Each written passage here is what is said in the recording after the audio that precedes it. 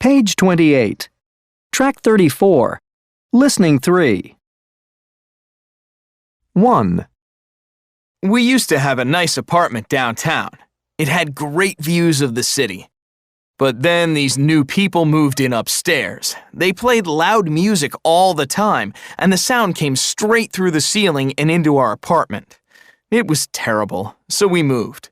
Now we're living in a nice small house in the suburbs, and our neighbors are very quiet. 2. My new apartment is on a high floor and it's great. There's no noise at all.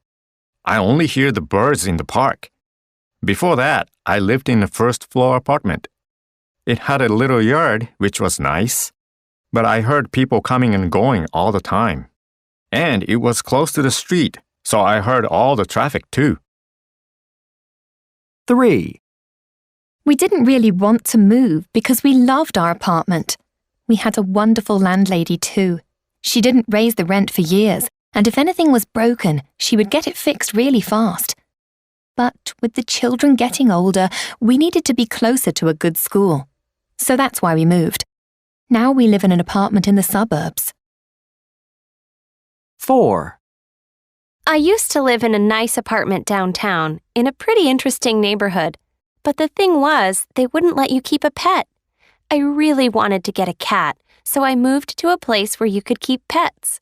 Now I live in a building near the park, and there's 2 of us, me and my cat Felix.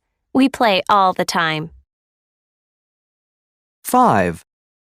My new apartment has a huge kitchen and a great stove. I'm really happy about it.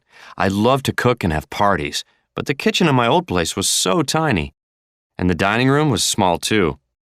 The location was good, but I could never have people over for dinner, so I needed to find something different. 6. I used to live in a house.